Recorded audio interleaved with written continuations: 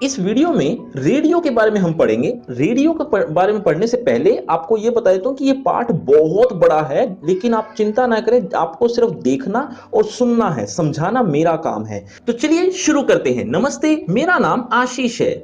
यह पाठ का कुछ हिस्सा मैं पहले भी पढ़ चुका हूं, लेकिन आप चिंता ना करें, आपको कोई खास फर्क नहीं पड़ेगा अगर आपने नहीं देखा है तो। और देख लिया है तो बहुत अच्छी बात है, और नहीं देखा है तो आप बाद में देख लीजिएगा, पहले आप इस वीडियो को देख लीजिए, ठीक है।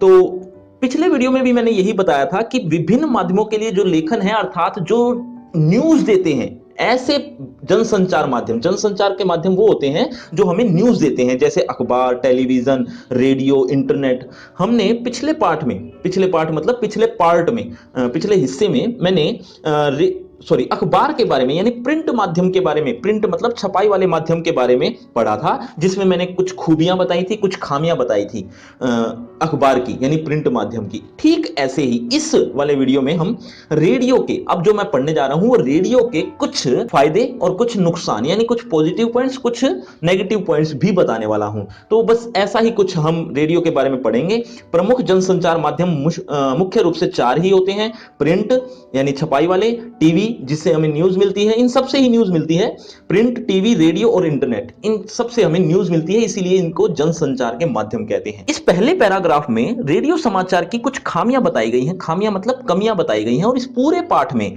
हर जनसंचार माध्यम की, जो मैंने अभी थोड़ी देर पहले बताया था कि चार जनसंचार माध्यम है, इस पूरे पाठ में उन चारों की कुछ खूबियां और कुछ खामियां ही बताई गई हैं, वो हम पढ़ेंगे। और आपको पहले वाला वीडियो अगर देखना है तो लिंक आपको डिस्क्रिप्शन बॉक्स में मिल जाएगा, बाद में देख लीजिएगा इस वीडियो के बाद। चलिए, रेडियो श्रव्य माध्यम है, यहां से पढ़ना शुरू कर रहा हूं कि रेडियो श्रव्य माध्यम है। इसमें सब कुछ ध्वनि, स्वर, श्रव्य माध्यम का मतलब क्या होता है? श्रव्य मतलब सुनने का माध्यम है। इसको ये देख नहीं सकते, इसको हम मतलब रेडियो पर जो समाचार चल रहे हैं उसको हम देख नहीं सकते, सिर्फ सुन सकते हैं। इसमें सब कुछ ध्वनि, स्वर और शब्दों का खेल है। ये सब कुछ ध्वनि, स्वर और शब्दों के खेल से ही चलता है, हमें कोई दृश्य नजर नहीं आते। इन सब वजहों से रेडियो को श्रोताओं से संचालित माध्यम माना गया कि ये श्रोता का ही माध्यम है, मतलब सुनने का ही एक खेल है, और कुछ इसमें ज्यादा उतार चढ़ाव नहीं कर सकते। रेडियो पत्रकार कौन से होते हैं? जो रेडियो के लिए समाचार लिखते हैं, ऐसे रेडियो पत्रकारों को अपने श्रोताओं का पूरा ध्यान रखना चाहिए। श्रोताओं मतलब सुनने वालों का बड़ा ध्यान रखना चाहिए। अब ध्यान रखने वाली बात ये नहीं है कि वो उनकी तेल मालिश करने लग जाएंगे। ध्यान रखना का मतलब ये नहीं है कि वो उनकी सेवा करेंगे या कुछ और करेंगे। ध्यान रखने का मतलब वो जो रेडियो समाचार वो पहुंचा रहे हैं श्रोताओं को, उसमें श्रोताओं का ध्यान रखना है कि उनको क्या क्या चीज पसंद है, किस चीज में इंटरेस्ट है, और कहीं वो इंटरेस्ट ना ले रहे हो तो उनका वो जो चैनल है, उनकी जो खबरें हैं वो सब वेस्ट हो जाएंगी, बेकार हो जाएंगी। तो इस चीज का ध्यान रखना चाहिए रेडियो पत्रकारों को। इसकी वजह यह है कि अखबार के पाठकों को यह सुविधा उपलब्ध रहती है। कौन सी सुविधा?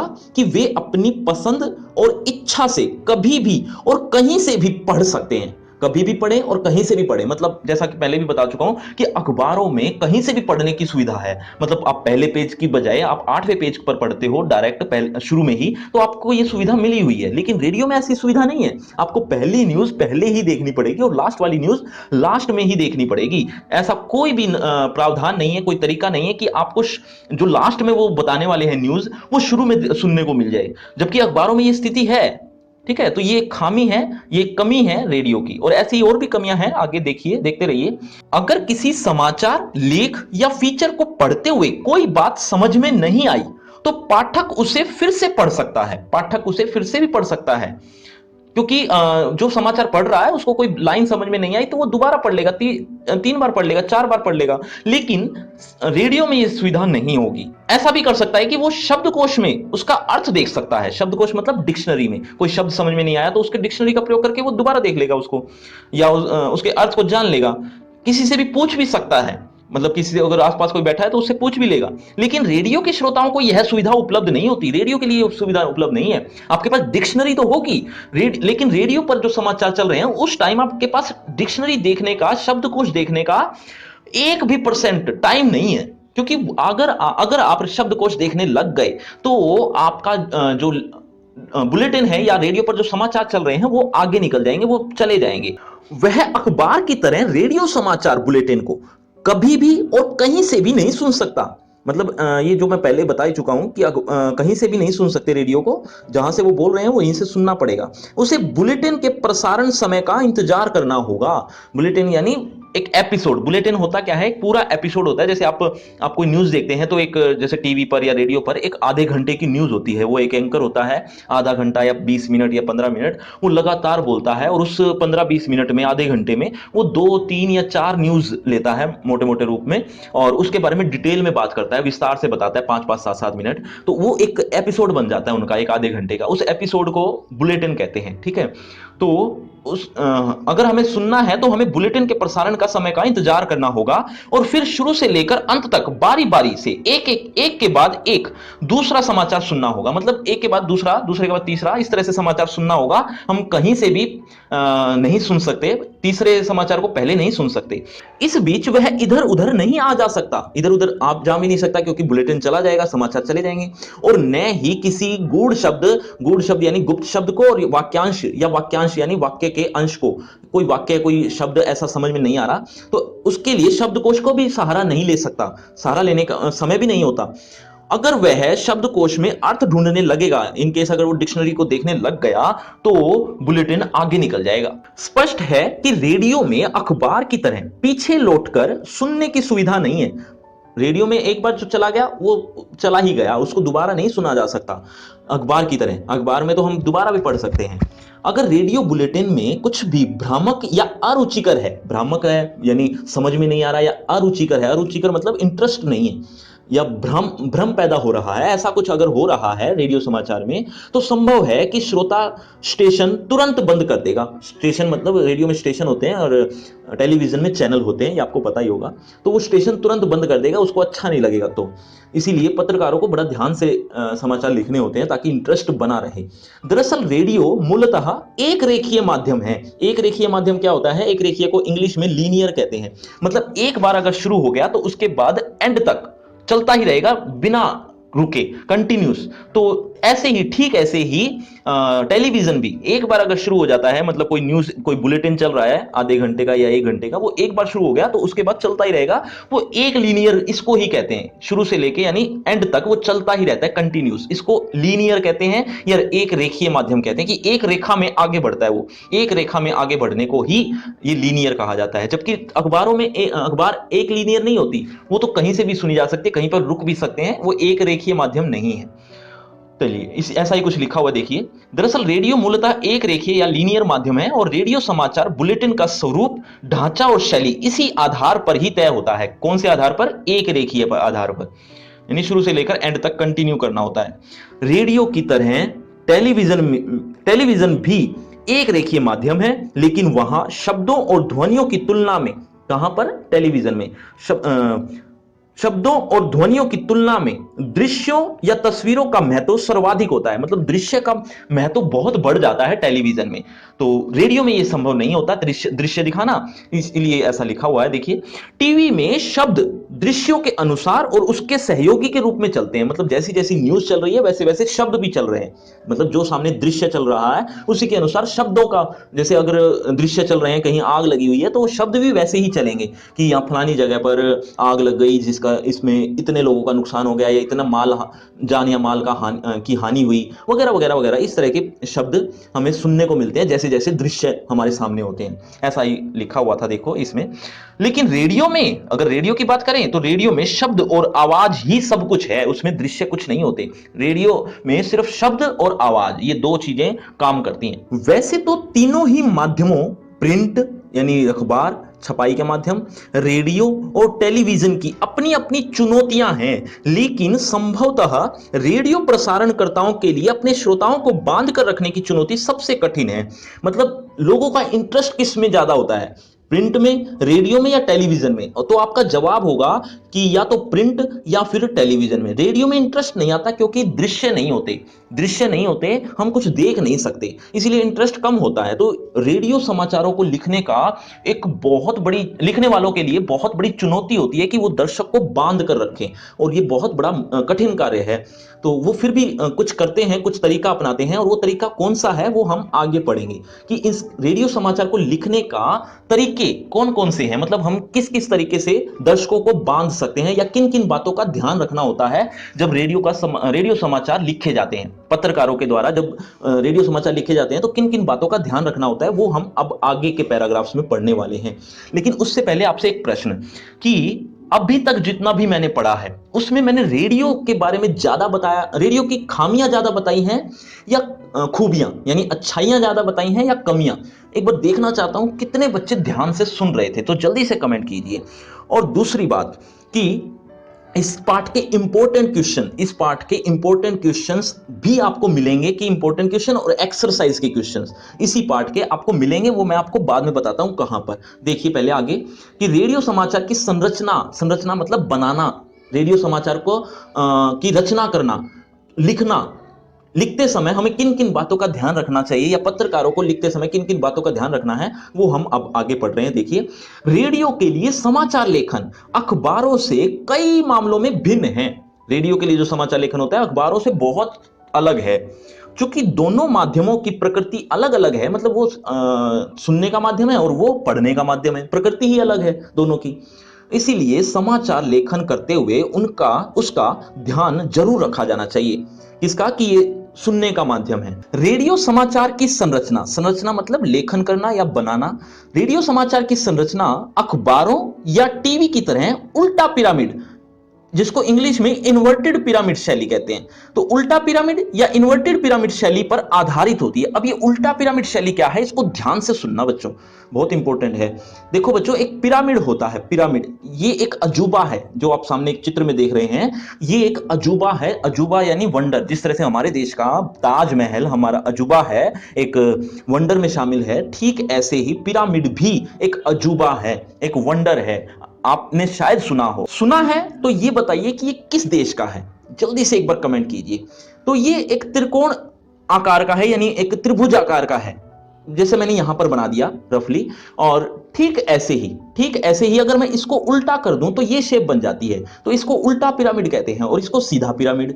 चलो पहले एक बार पिरामिड यहां पर क्यों आया, किस बारे में बात चल रही है वो पहले समझा देता हूं कि ये पिरामिड शैली में ही समाचार लिखे जाते हैं। पिरामिड शैली में कैसे लिखे जाते हैं समाचार, और वो भी खास तौर पे उल्टा पिरामिड शैली में। उससे पहले आपसे मैं एक प्रश्न पूछता हूं कि ये जो त्रिकोण आकार है इसमें मैंने 2 लाइन लगा दी है बीच में, ठीक है। अब आपसे पूछूं कि ज्यादा एरिया किसका है और कम एरिया कहां पर है, तो आपका जवाब होगा कि कम एरिया ऊपर है, ठीक है। कम एरिया, बिल्कुल कम एरिया है, बहुत छोटा सा हिस्सा है ऊपर का हिस्सा, बीच में थोड़ा और ज्यादा हो गया है, और सबसे नीचे तो बहुत ज्यादा एरिया हो गया है, हिस्से में काफी ज्यादा आ गया है नीचे वाले हिस्से में, ठीक है, समझ गए होंगे। ठीक ऐसे ही अगर मैं इसको उल्टा कर दूं तो यहां पर अब मैं मार्क करूं तो यहां पर ऊपर वाले हिस्से में सबसे ज्यादा हिस्सा आएगा, जब सबसे ज्यादा एरिया आएगा। अब ये एरिया क्या है, एरिया डिफाइन करता है, संकेत करता है महत्वपूर्ण बातों को, समाचार लेखन में महत्वपूर्ण बातों को संकेत कर रहा है कि सबसे ज्यादा महत्वपूर्ण बातें शुरू में ही ले ली जाती हैं, इसीलिए उल्टा पिरामिड शैली में लिखा जाता है इसको। उल्टा पिरामिड शैली का मतलब उल्टा कर दिया जाता है पिरामिड को, और जो सबसे ज्यादा महत्वपूर्ण बातें हैं वो शुरू में ही बता दी जाती हैं समाचार में शुरू में ही सबसे महत्वपूर्ण बातें या बहुत ज्यादा महत्वपूर्ण वाली बातें हैं वो शुरू में ही बता दी जाती हैं। उसके बाद कम महत्वपूर्ण वाली बातें थोड़ी नीचे बता दी जाती हैं, और सबसे अंत वाले पैराग्राफ में या सबसे नीचे वाली लाइनों में बिल्कुल कम महत्वपूर्ण वाली बातें बताई जाती हैं। ये समाचार लेखन की एक शैली है, तरीका है समाचार लेखन का, कि सबसे ज्यादा महत्वपूर्ण वाली बातें सबसे शुरू में आ जाती हैं। मैं एक एग्जांपल से भी समझाऊंगा कि आपको कैसे, मैं क्या बताने की कोशिश कर रहा हूं, मैं एक बार समझाऊंगा। पहले एक बार एक लाइन पढ़ लेते हैं हम यहां से। चाहे आप किसी भी माध्यम के लिए समाचार लिख रहे हो, समाचार लेखन की सबसे प्रचलित यानी फेमस, प्रभावी यानी जो प्रभाव डाले दूसरों पर, और लोकप्रिय यानी फेमस हो चुकी हो, ऐसी शैली है ये, कौन सी, उल्टा पिरामिड शैली। इसी में ही समाचार लिखे जाते हैं। एक उदाहरण से समझाता हूं, 1 मिनट रुकिए।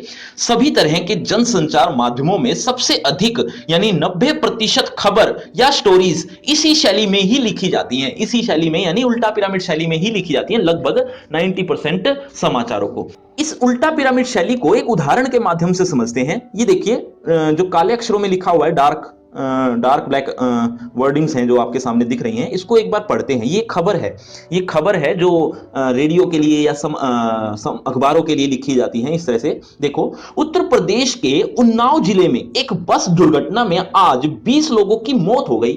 20 लोग मर गए। मृतकों में 5 महिलाएं और 3 बच्चे शामिल हैं। अब इस न्यूज को आपने पढ़ा, इसमें सबसे ज्यादा इंपॉर्टेंट बातें शुरू में ही आ गई, इन 2 लाइनों में ही आ गई।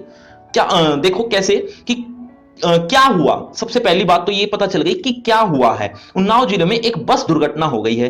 किसके साथ हुआ है? 20 लोगों के साथ हुआ है। 20 लोगों के साथ नहीं, बल्कि लोगों तो कई लोगों के साथ हुआ है, लेकिन प्रभावित कितने हुए हैं? 20 लोगों की मौत हो गई है। और कहां हुआ है? उन्नाव जिलों में हुआ है, उन्नाव जिले में। तो और वो भी जो उत्तर प्रदेश का है, उत्तर प्रदेश में जो उन्नाव जिला है वहां पर हुआ है। तो क्या हुआ, कब हुआ, कहां हुआ, ये सब चीजें तो सब इस 2 लाइन में ही पता चल गई।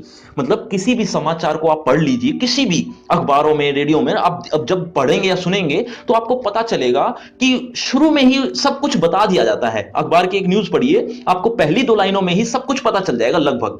बाकी पूरा विस्तार नीचे लिखा हुआ होता है, पूरे विस्तार से, और उनमें से कई बातें तो वही रिपीट की जाती हैं। आप एक बार ट्राई करिए, आपने अगर आपने ये बात नोट नहीं की होगी, नोट कीजिएगा कभी और मुझे जरूर बताइएगा कि ऐसा होता है या नहीं। ठीक ऐसे ही एक और उदाहरण देखिए। महाराष्ट्र में बाढ़ का संकट गहराता जा रहा है, ये एक अलग न्यूज है।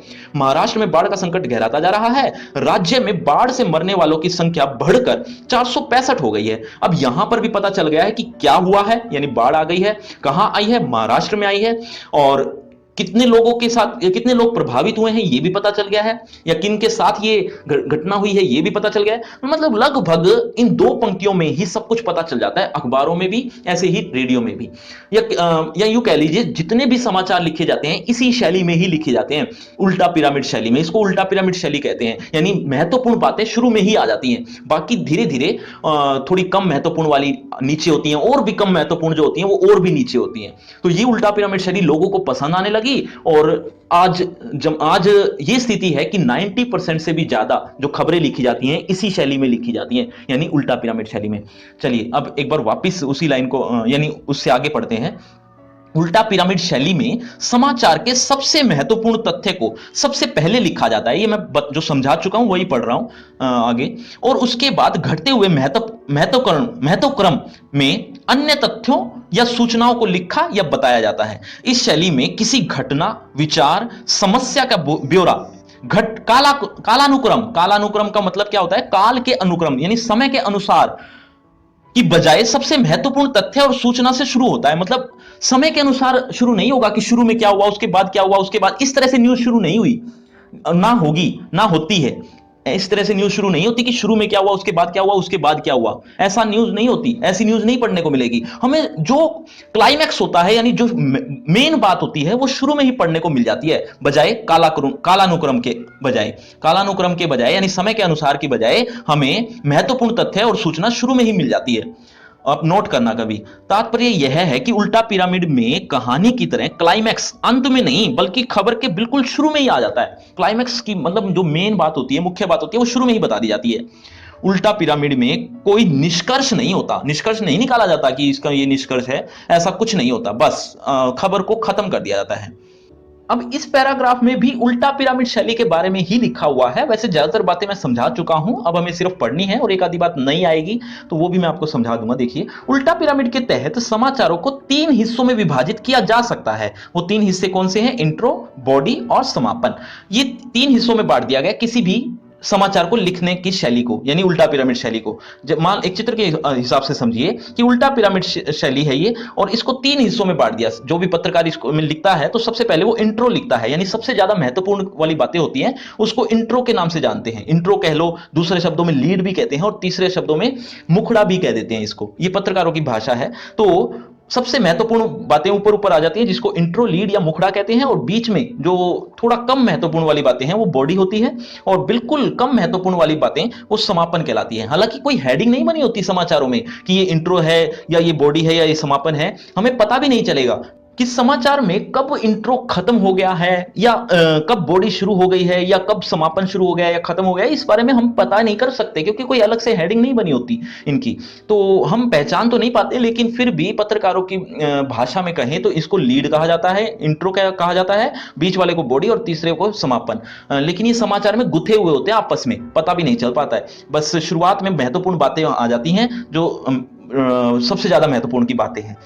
तो ऐसा ही कुछ लिखा हुआ है, देखिए। समाचार के इंट्रो या लीड को हिंदी में मुखड़ा भी कहते हैं।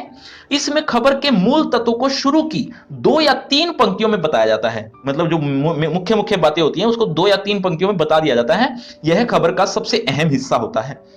इसके बाद बॉडी में समाचार के विस्तृत ब्यौरे को घटते हुए महत्वक्रम मतलब घटता हुआ महत्वक्रम है कि महत्व कम हो गया हो, ऐसा घटता हुआ महत्वक्रम में लिखा जाता है, यानी बॉडी में और समापन में। ठीक है, चलिए आगे देखिए। हालांकि उल्टा पिरामिड में अलग से समापन जैसी कोई चीज नहीं होती। कहीं समाचार में आप देखने लग जाओ कि समापन कहां है, समापन आपको दिखेगा नहीं, और कई बार तो समापन जैसा कुछ होता भी नहीं है। यही ऐसा कुछ लिखा हुआ है, देखिए। उल्टा पिरामिड में अलग से समापन जैसी कोई चीज नहीं होती, और यहां तक कि प्रासंगिक तथ्य और सूचनाएं दी जा सकती हैं। मतलब थोड़ी बहुत कोई आंकड़े दे दिए, कुछ सूचना दे दी, पहले वाली। प्रासंगिक मतलब उस प्रसंग से रिलेटेड, उस टॉपिक से रिलेटेड या उस बात से रिलेटेड सूचनाएं दे सकते हैं। अगर जरूरी हो तो समय और जगह की कमी को देखते हुए, कि जगह भी नहीं है और कमी भी है शब्दों की, मतलब शब्द के लिए जगह नहीं बन पा रही है, तो इसको देखते हुए आखिरी की कुछ लाइनों या पैराग्राफ को काट कर हटाया भी जा सकता है कि समापन की जरूरत ही ना पड़े, समापन को खत्म ही कर दिया जाए, क्योंकि वो इंपॉर्टेंट नहीं होती इतनी, तो उस हटा भी दिया जाता है। तो हटाया भी जा सकता है और उस स्थिति में खबर वहीं पर समाप्त हो जाती है, यानी बॉडी तक ही लिख दी जाती है बस। तो समापन को ज्यादा इंपॉर्टेंस नहीं दी जाती। तो ऐसा ही कुछ लिखा हुआ था। अब जो नीचे की बात लिखी हुई है, ये कुछ रेडियो समाचार के लिए इंट्रो दिया गया है, जिसको मैं पढ़ चुका हूं, इसको मैं दोबारा नहीं पढ़ूंगा, आप आराम से पढ़ सकते हैं। आगे देखिए, अगले पैराग्राफ में जो लिखा गया है उसको ध्यान से सुन लीजिए कि अब हम आगे क्या पढ़ने वाले हैं। अब हम रेडियो के लिए जो समाचार लेखन है, रेडियो के लिए जो समाचार लिखते हैं जैसे पत्रकार, उनके लिए बुनियादी बातें कौन कौन सी हैं। बुनियादी बातें मतलब बेसिक्स बातें जो हैं, कुछ भी हो सकती हैं, जैसे छोटी छोटी बातें को ध्यान रखना पड़ता है, कुछ छोटी छोटी बातों का ध्यान रखना पड़ता है। वो छोटी छोटी बातें कौन कौन सी हैं वो अब हम आगे पढ़ेंगे। ठीक है, रेडियो में देखिए, रेडियो के लिए समाचार कॉपी तैयार करते हुए कुछ बुनियादी बातों का ध्यान रखना बहुत जरूरी है। अच्छा, अभी तक का समझ में आया या नहीं, पहले इसका कमेंट कर दीजिए जल्दी से।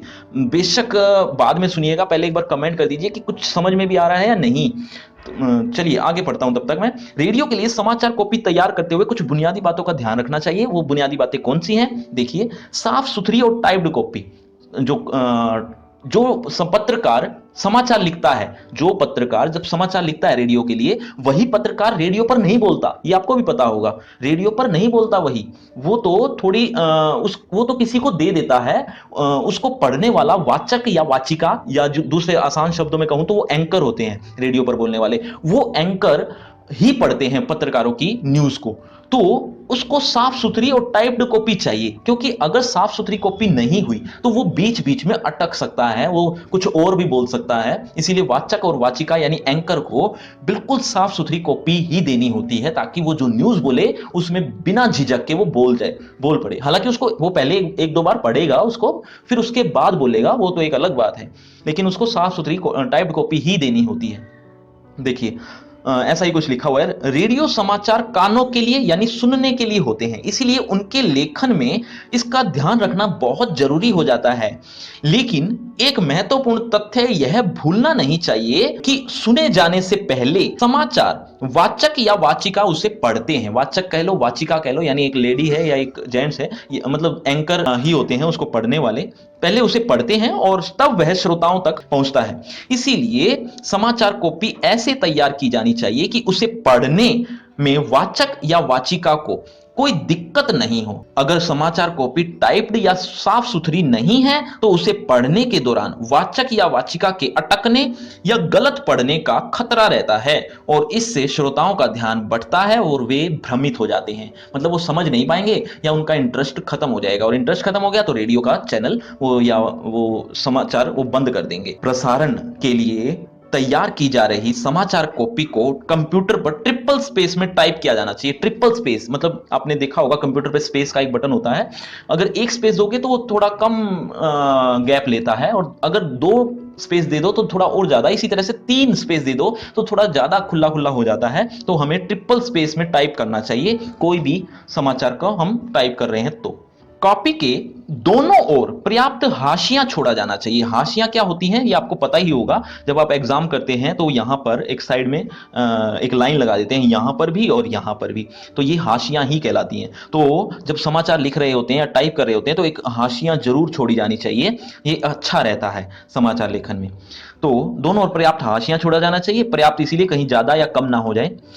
एक लाइन में अधिकतम 12-13 शब्द ही होने चाहिए। ये एक लाइन है, जैसे इस एक लाइन में 12-13 शब्द ही होने चाहिए, इससे ज्यादा नहीं, क्योंकि इससे ज्यादा करोगे तो वो भिड़ा भिड़ा हो जाएगा, यानी बहुत क्लोज हो जाएगा, और अगर बहुत कम हुए तो वो बहुत ज्यादा खुला हो जाएगा, तो ऐसा भी नहीं होना चाहिए। तो 12-13 शब्द ही होने चाहिए। पंक्ति के आखिर में कोई शब्द विभाजित नहीं होना चाहिए, और पृष्ठ के आखिर में कोई लाइन अधूरी भी नहीं होनी चाहिए।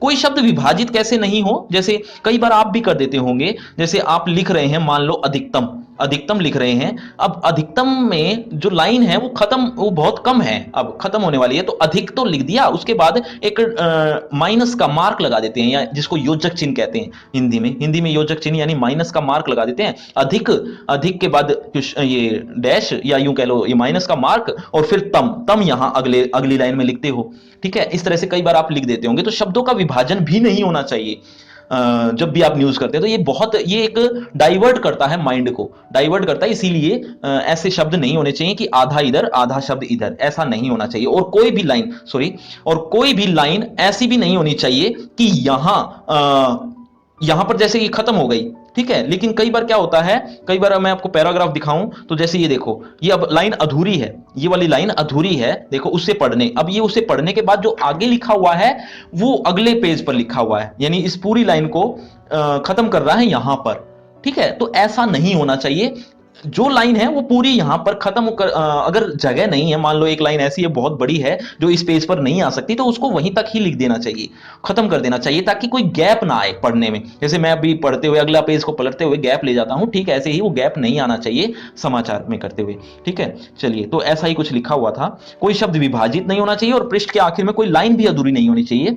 प्रत्येक लाइन में कितने शब्द हैं इस बारे में एक सुसंगता होने से, प्रत्येक लाइन में कितने शब्द होते हैं, 12 या 13 शब्द, इस बात का ध्यान रखना, 12 या 13 शब्द ही होते हैं। तो इससे क्या होता है, इससे बुलेटिन के संपादक को, यानी जो न्यूज बना रहा है, जो पूरा एपिसोड बनाएगा या पूरा बुलेटिन बनाएगा, उस बुलेटिन के संपादक यानी एडिटर को, यानी एक तरह के हेड ऑफ द डिपार्टमेंट को ये बात तय रहती है, ये बात पता चल जाती है कि कुल शब्द संख्या के आधार पर कितनी खबरें लेनी है, ये बात पता चल जाती है, क्योंकि 12-13 शब्द हर लाइन में है, तो एक पेज में कितना टाइम लगेगा बोलते समय, ये एक अनुमान लग जाता है। और किस खबर को कितना बड़ा लेना है, ये बात का अनुमान वो संपादक पहले ही लगा लेता है। अगर 12-13 शब्द ही हुए हर एक लाइन में, कम या ज्यादा हुए तो फिर वो अनुमान नहीं लगा पाएगा।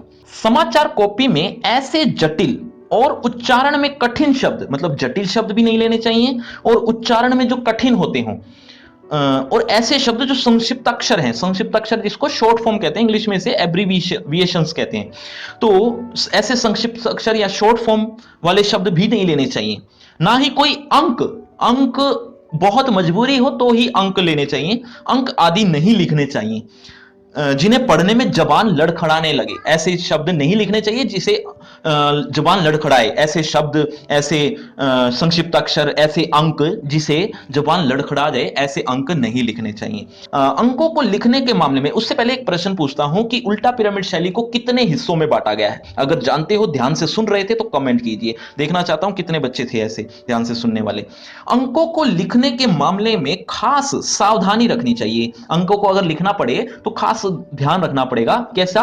जैसे 1 से 10 तक के अंकों को शब्दों में ही लिखा जाना चाहिए। 1 से 10 तक जैसे ये शब्दों में लिखा गया है, अंकों में नहीं। अंकों को ऐसे लिखा जाता है, अगर शब्दों में लिखना है तो 1 से 10 तक के इस तरह से लिखे जा सकते हैं, 1 से 10 यानी शब्दों में।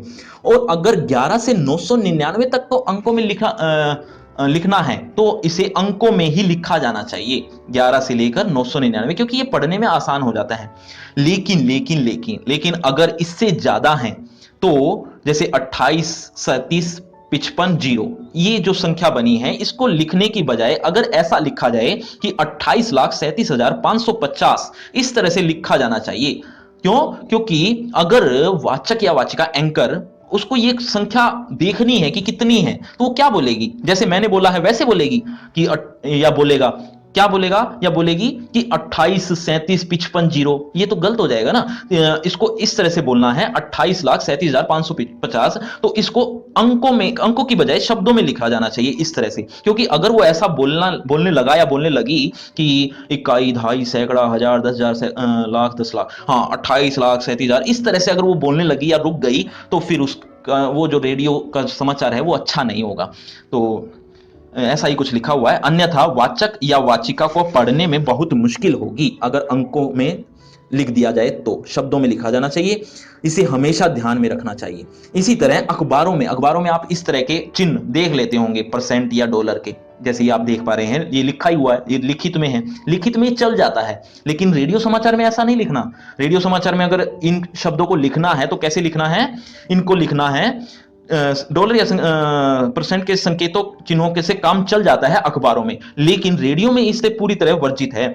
यानी यह पूरी तरह वर्जित मतलब मना है, ऐसे नहीं लिखना। इसको कैसे लिख सकते हैं, यानी प्रतिशत या डॉलर में लिखा जाना है, यानी शब्दों में लिखा जाना चाहिए इसको भी, नहीं तो ये पढ़ने में थोड़ा डिफिकल्टी हो जाती है।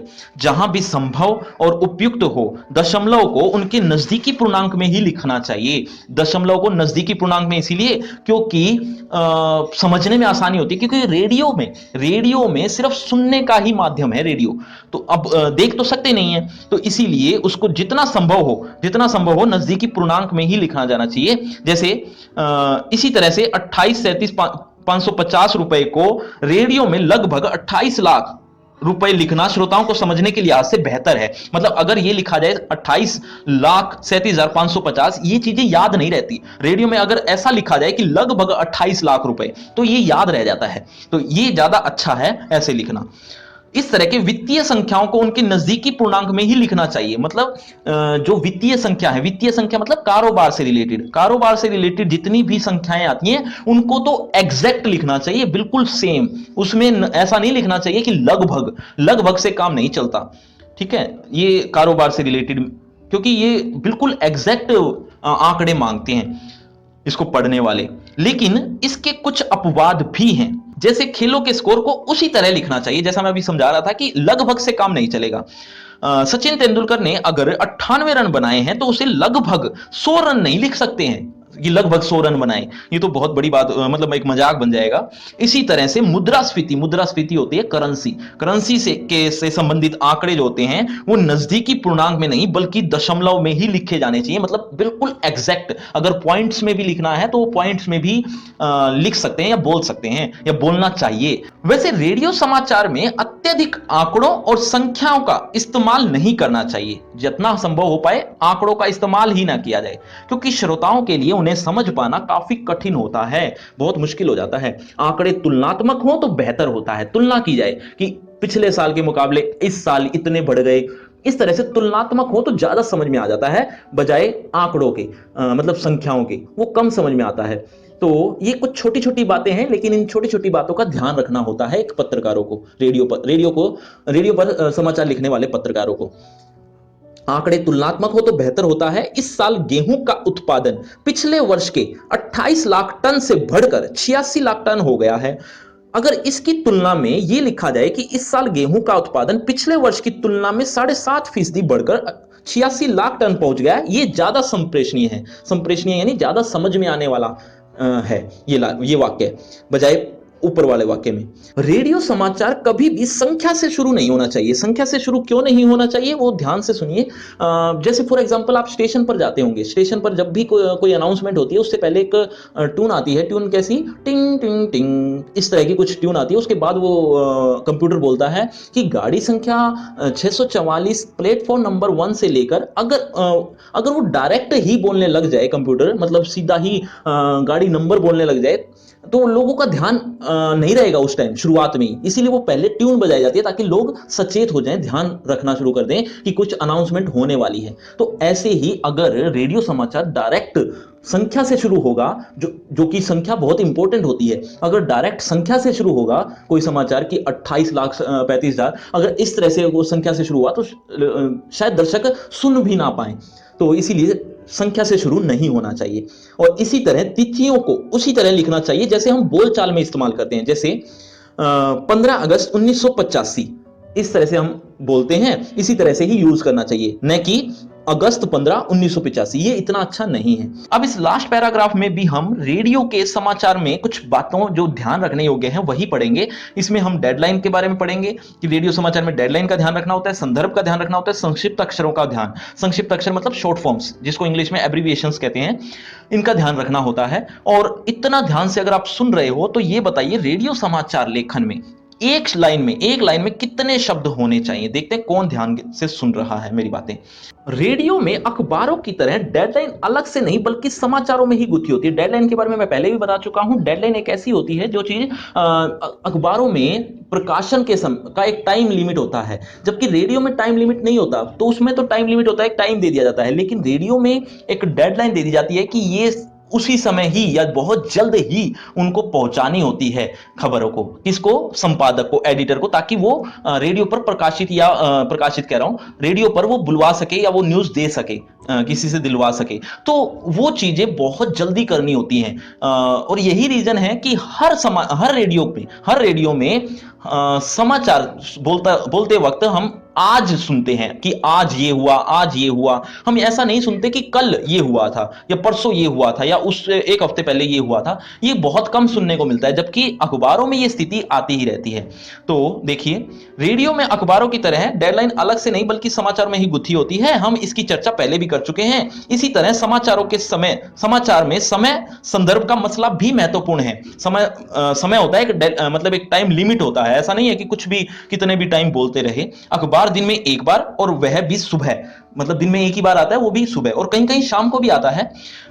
जबकि रेडियो पर 24 घंटे समाचार चलते रहते हैं। श्रोता के लिए समय का फ्रेम हमेशा आज ही होता है। श्रोता के लिए, यानी जब कोई सुनने वाला होता है वो आज का ही सुनना चाहता है, कल वाली खबरें नहीं सुनना चाहता। तो समय का फ्रेम हमेशा आज ही होता है। इसीलिए समाचार में आज सुबह, आज दोपहर, आज शाम, आज तड़के आदि का इस्तेमाल किया जाता है। इसी तरह डॉट डॉट डॉट बैठक कल होगी, डॉट डॉट डॉट कल हुई बैठक में ये हुआ, इस तरह की बातें हमने सुनने को मिलती रहती हैं। मतलब जो बातें हो चुकी होती हैं वो बहुत कम सुनने को मिलती हैं।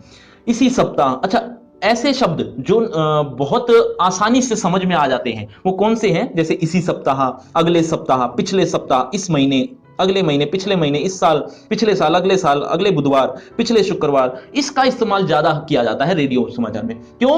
क्योंकि अगर डेट बता दी जाए कि जैसे 21 सितंबर को ये होगा, हालांकि वो 21 सितंबर कल ही है, मान लो कल ही है 21 सितंबर, तो 21 सितंबर के बजाय अगर ये बोला जाए कि कल ये होगा तो ज्यादा लोगों को ध्यान में रह जाता है। 21 सितंबर तो वो पता नहीं, वो सोचेंगे पता नहीं कितने दिनों बाद होगी, बेशक वो डेट कल ही हो। तो इसीलिए ऐसे शब्दों का प्रयोग किया जाता है बजाय डेट के।